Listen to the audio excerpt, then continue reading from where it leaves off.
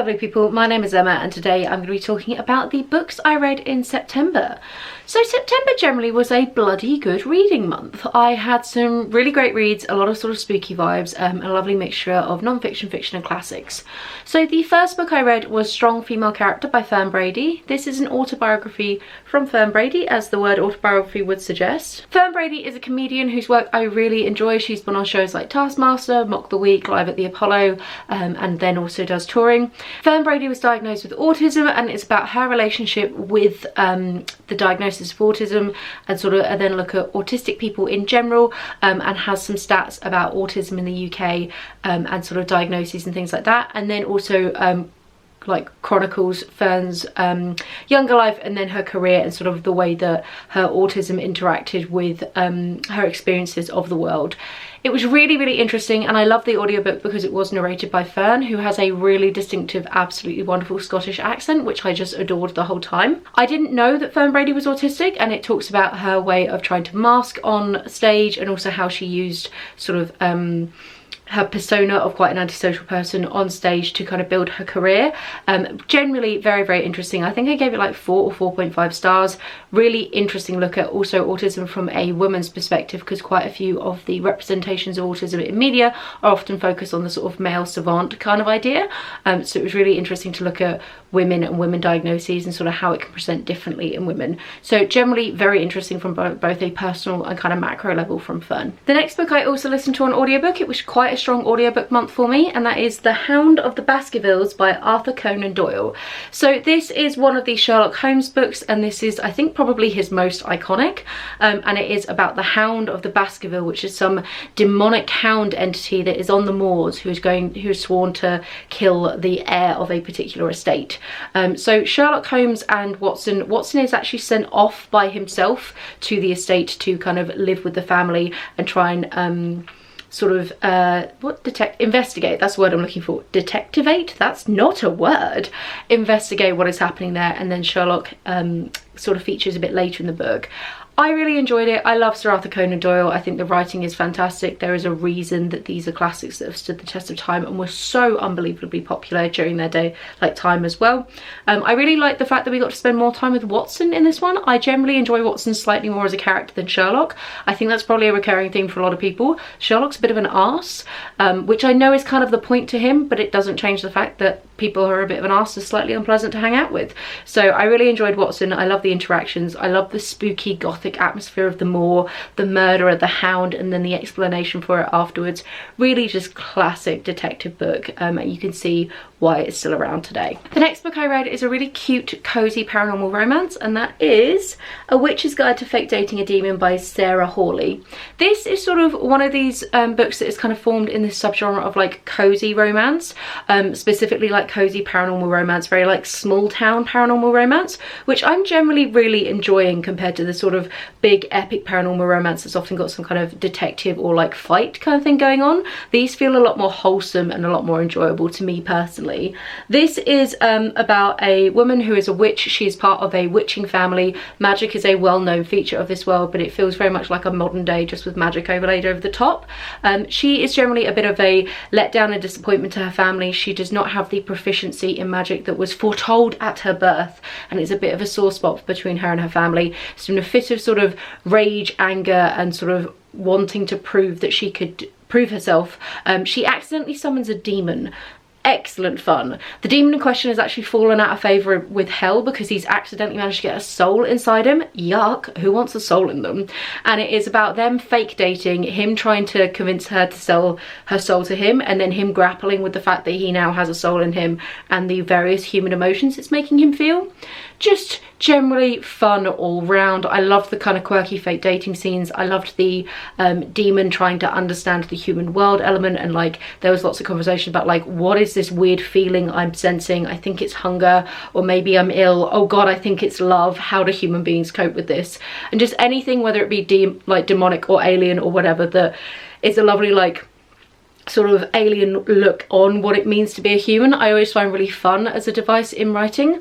Yeah, generally good, very satisfying end, and I'm intrigued by book 2, which again follows in typical romance fashion, 2 characters from this one, like side characters going off. Just really good fun, and I really enjoyed the magic system as well, and the way that they kind of, the distinction between like high magic and low magic, and sort of the snobbery and classism that was built into this world because of it, I thought was really interesting as a take. The next book I read is an iconic non-fiction, and that is T-Rex and the Creator of Doom by Walter Alvarez. So this is a look at how the sort of current working theory of the dinosaurs' extinction, which we have a lot of evidence for, which was the asteroid strike, kind of came to be, because it was very unfashionable and considered highly unlikely for a long period of time in science, because generally we don't go for catastrophism as being sort of the answer. With the sort of science makes more sense if you have some kind of gradualism rather than this idea of some big, highly unlikely, improbable event such as an asteroid strike of the size required to cause the extinction of the dinosaurs actually happening. And so when it was put forward as a theory, the scientific community was a bit like, it's a nice idea, but come on, isn't it surely something like environmental pressures, changes in climate, etc, etc, different pressures on evolution, etc, whereas this idea of something sort of wild coming from space was considered highly unlikely. And this book details the many years it took to gather the evidence, find more and more examples that would lend itself to it, actually finding the asteroid site, like the impact, how we could know, and the way that geology and paleontology work together to come up with enough evidence that this is now considered a widely accepted kind of conclusive theory, or as conclusive as anything ever gets in science. Walter Alvarez actually worked with his father on this one, and it was really lovely to look at their relationship as well, and just generally a very fun multidisciplinary look. So if you're a fan of dinosaurs, even slightly, or paleontology, this really should become like an auto read for you at some point, because it's such an iconic, influential, incredible thing that happened within paleontology discovery. It's not the original paper, because there isn't really one original paper. There was a series of different papers that were released that put forward little steps, because like science doesn't work with one big momentous paper. It's sort of lots of little individual advancements, but this book details all of them and sort of the release of them and what they actually entailed, even if it isn't the papers directly themselves. Fantastic read, very accessible even if you're not a big science nerd. Then I continued my fun, cozy paranormal romance kick with The Dead Romantics by Ashley Paston, or Poston. I'm sorry, that's a really curly font and I'm not confident. It'll be in the description bar down below. This is about a woman who is a ghostwriter for a massive romance author, but she has actually kind of lost her spark. She's been betrayed by a loved one. She's had a really horrible breakup and she really needs to get back at it. And so she can also see ghosts, this woman. A ghostwriter who can see ghosts. How cute and fun. She has an awful run-in with a new editor who it then turns out when she sees next has died and is now a ghost. And it's about her going back home because of a personal tragedy in the family. There's a lot that happens in this book, and her interactions with the editor whilst he tries to convince her that the romance isn't dead and she can totally finish this book. She tries to get him to move on and then deals with the family tragedy at the same time. For a romance book, it felt quite light on the romance. It really was a very deep emotional book. Like her father dies in it. It's a really intense, that happens early enough that I don't feel like that's a spoiler, but like it's a really intense look at sort of family grief, funeral rites. Her family own a funeral home, and it's about sort of the way that her family have always interacted with death and morbid things and sort of normalised them and approached them with a sort of a light soul and sort of a lot of dark humour, which I really appreciate. I really feel like we take things far too seriously in society and we're very keen to sort of push things to one side and have lots of hush and taboo, and death is a really integral part of life, and it is something which I think if we treated with a little bit more levity but still with respect, we would actually do a little bit better and be able to talk more openly and meaningfully about it. Maybe it wouldn't be quite such a scary thing and grief would be a bit easier to handle. So yeah, anyway, like I was saying, quite dark, quite deep for a romance book. I also felt like the twist at the end was a little bit obvious because it was the only way that the two characters were going to get their happily ever after, and it isn't really a romance book if they don't get their happily ever after. So despite all of that, I do think it was a really fun read. I just think the marketing on this one's a bit weird. I would almost consider this to be more of a like standard contemporary fiction or literary fiction with the lightest hint of romance in it rather than a strict romance book, if that makes sense. It almost needs a slightly more serious cover. This was a bit darker than expected. The next book I read was The Haunting of Hill House by Shirley Jackson. I listened to this on audiobook and it was phenomenal. Everybody who commented on my September TBR being like, you're gonna love this one, kudos to you, I totally did. I can so see why this is one of the like iconic early haunted house books. A lot of horror writers out there list Shirley Jackson in this book in particular as one of their favorites. It really is a sort of iconic horror book out there. Very creepy, very like atmospheric, spooky horror rather than relying on anything like body gore or body horror or jump scares or anything like that.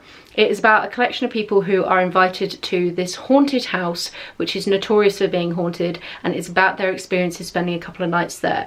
And it's things like doors will just shut behind you, there's something creepy at night, they can hear banging, there's a room that is weirdly cold, there's just a whole bunch of stuff that happens. And it really, Shirley Jackson did an amazing way of like slowly inching up the horror and sort of the eeriness and the kind of unsettled nature. It starts incredibly mundane and very chill and takes a long while before we really start to get into the spooky, but there's definitely hints and foreshadowing early on. And I always find with books, horror is very difficult and scary is very difficult in books because you can't rely on just the big jump scare and the dramatic music, whereas I think this does it incredibly well. I was really invested in all of our characters. I especially loved the main character. I really felt for her, and I loved the sort of explosive end that it went for. I definitely want to check out more of Shirley Jackson in the future, and I would 100% recommend this book, especially as we're coming into spooky season. So yeah, great read. Then I read Elementary, The Periodic Table Explained by James M. Russell. I read this in ebook format, and this is a non-fiction look at the periodic table. It literally is a page or two on every single one of the elements in the periodic table. A couple of them at the end that get very similar, like ones that we have discovered by actually forcing them to happen in science, kind of get grouped together and you get a brief summary of them. It was generally a very interesting book that I really enjoyed, but it did feel like I was reading a collection of incredibly short stories about the periodic table, and they did definitely start to blur towards the end. There was a lot of weird like, this guy discovered it, this is how it works, and we move on. And it's definitely highlighted to me though that this is an area of science that I am interested in, and I want to go and find another book on the periodic table that maybe goes into more detail about fewer elements, because there was a hell of a lot of ground to cover, but not much of it went into any real depth, and it really started to blur. But it did give me a couple of really fun factoids, and that's always what I want from a non-fiction book, is some random shit to be able to throw out and be like, did you know, when somebody mentions something even vaguely tangentially connected to shit I know about, because it's my favourite thing to do. So yeah, really enjoyable read from like a intro to science perspective, but I found it difficult to keep it going because of how choppy each one of the very short chapters were, and it really is just a very cursory look at the elements. Your science knowledge can be absolutely zero to be able to do this one. It does a brief explanation of like what an element is at the beginning to give you enough to be able to follow through, and there's a little bit of history of science in there for you. So yeah, wildly accessible book. The next book I read is The Problem with Perfect by Philip William Stover, and this is a wonderful little queer romance. It is an romance, and it is about a guy who basically manages and directs like a lifestyle channel, and he has to try and manage the talent on set. And one of the days the talent on set just decides to get really pissed off, throws a little bit of a tantrum as they are wont to do, storms off set and then refuses to come back. But they've got a load of deadlines to meet before Pride. They've finally got big sponsors and are allowed to be sort of a presence on Pride, and it's being televised. It's a really big, important deal for the queer community. So the director ropes in the long-lost twin brother of the talent, who is a bit of a mountain man who doesn't really interact with anything social media-y, and it is about them trying to fool everybody. There were a couple of different layers of fake dating going on in this, and I just felt like it was all a bit convoluted and a bit too much. The plot got very wacky in places, and because of that I found it quite difficult to actually believe in the main romance between the two male characters, because the director, like the love interest, the twin brother, genuinely thought that the director was dating his twin brother. So when they had like intimate moments, I didn't really know how that sat with me, because the twin brother would have thought that the director was cheating on his brother, and surely that would be a bit more of a deal breaker. I think I would have preferred it if it had been more obvious from the beginning that there was a fake dating scenario and it wasn't real. What I did really enjoy was it was a lovely conversation about queer communities, pride, and sort of what Pride represents to the queer community. It also was a look at like sponsorships and how you can kind of sanitize and sort of what is considered to be like an acceptable gay image, and the way that corporations can rainbow wash things and sort of their interactions with Pride in a way that feels like they're trying to play like both sides, where they're sort of trying to be more inclusive to the LGBTQ plus community because they think it represents money, but also in such a way that it then doesn't alienate their incredibly strict, traditional, often Christian, because this is set in America, audience, and try and have the best of both worlds, and how despicable that frankly is. And kind of conversations about like being true to yourself, and how Pride started as a riot and things like that. So again, it almost similar to Dead Romantics, it needed to not be this like cutesy cover. I really felt like it was just a contemporary fiction that happened to have a queer couple in it. Maybe that's just me, maybe people did enjoy the romance a little bit more. It fell a bit flat for me, but the book itself was really, really enjoyable, and I do think it was very well written, and I really enjoyed the character arcs that all of our characters went on. Hope that makes sense. The final book that I read, and again listened to on audiobook, was Carmilla by Joseph Sheridan Le Fanu. This is one of the OG vampire books out there. It predates Dracula, and it is a wonderful story about a ancient manor house that has a mysterious visitor late at night who leaves her daughter, who's like in her 20s, with them, and then Carmilla, and then the mysterious things that go on, and the fact that then our main character, the young lady who's already living in the house, starts to experience all these weird symptoms and starts to feel very faint and has mysterious marks on her neck and has all these weird spooky dreams.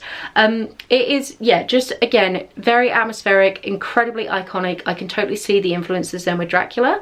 My only complaint for this book, and it is genuinely such a small complaint, was it ended really abruptly and I wanted more from it. I was having such a good time. I do think this is much, much better than Dracula, because Dracula is a bloated mess of a book that you could chop easily, comfortably a third out of and not lose the main gist of it. This one, you almost want to take that like third like pages and just give it to this book and be like, do more, explore things, like enjoy, luxuriate in the atmosphere you've created, because it is just so wonderfully well done. And again, I think if you're interested in horror or classics books and just want to experience that real spooky, atmospheric, creeping sense of dread, this book does it fantastically. And then the final book I wanted to mention that I didn't actually finish, but I do want to mention because it was on my TBR, is The Sailor Who Fell from Grace with the Sea by Mishima. This I was starting to listen to an audiobook. I swapped to the physical form and then I DNF'd. It is a Japanese classic about a boy who his mother gets into a new relationship and he doesn't approve of the guy, and he's part of a friendship group of a load of 13-year-old boys who are trying to explore and understand their place in the world, and then in doing so they commit a fairly horrific act by the end of the book. I say this because I ended up going and reading the Wikipedia summary to see if this book was going where I thought it was going, and it turns out it does. And basically the big scene that meant that I decided to abandon this book was about less than a third of the way through. The boys, who are 13-year-old boys who are doing a very annoying, wanky, like, discovering philosophy for the first time, society is pointless, isn't it ridiculous how all these adults play these meaningless games and we only are the ones who understand the true nature of the world, which is already irritating, because if you want to experience that, just go do like any first year of a philosophy undergrad, and that's all you'll fucking hear is people find Nietzsche for the first time, and it is exhausting to be around. So I was not enjoying spending any time with these characters. Then they go and murder and then disembowel a kitten. That's where the book lost me. So like, major spoiler alert there, but also major fucking trigger warning, because there's some serious, and the scene goes on for like 10 bloody pages, bloody both literally and figuratively, of disemboweling this kitten. It was awful. Like, nobody needs to experience that in a book. And then I went on Wikipedia and was like, okay, that was traumatic, and they keep talking about how much they don't like this guy who the like mum is dating. And this feels like unnecessarily traumatic in here. This must be foreshadowing something. Turns out they go and they do it to the guy later, and that's the big like, oh look, the story arc that we've spotted. Isn't it like the fall from grace and young children, and oh god, if you hurt a small thing you can go up and hurt a big thing. And like, I don't need to experience that in my life. And if you want to go and read this book and you don't mind reading about fairly horrific animal abuse, or you maybe just want to skip that section, it was well written up to that point. It was very lyrical. I was quite enjoying the writing style. If you don't mind hanging out with 13-year-old boys who sound like first-year undergrad philosophy students, knock yourself out, have at it, but I'm done with both of those things. Nothing was redeemable to justify reading this, so I abandoned it. So that is it from me. Those are the books I read in September. Generally an overwhelmingly good, positive reading experience with one very big, obvious red buzzer badness from me. I've got a couple of books on the go. I'm really looking forward to my October reading. Generally everything is feeling spooky and atmospheric and good, and I am continuing a few of the books that were on my September TBR through into October, so if I didn't talk about one that you were hoping I'd get to, hopefully I'll have them for October for you instead. So let me know what you thought. Have you read any of these blah blah blah blah blah? Have you read any of these books before? Maybe we won't talk as fast. Do you have any recommendations for me? Are there any that you've decided that you won't read because of what I've said here? I'm looking at you, final book in the pile. Have a wonderful reading week, and I'll chat to you soon. Bye.